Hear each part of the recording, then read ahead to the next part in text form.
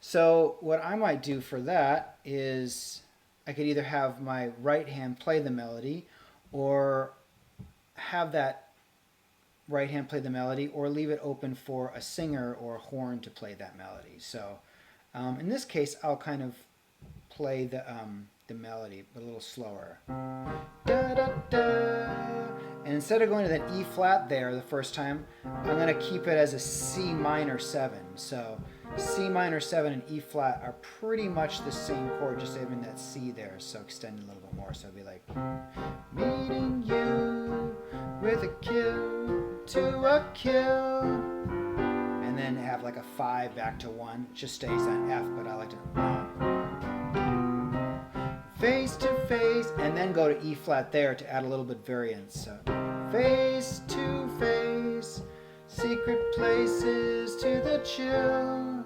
And then I would have this open section here be a little riff that the pianist, could be like a little open section. So I'd do something like,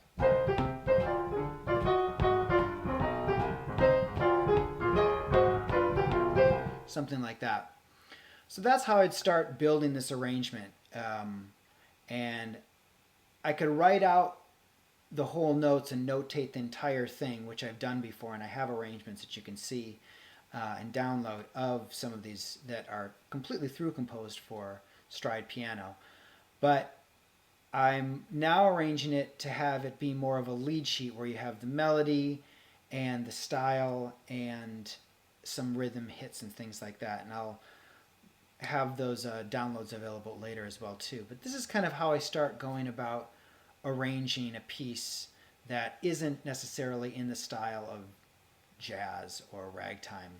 And you can do this to any piece. It's really cool, but this is a little bit about how I go about creating an arrangement like this. I hope you found this useful.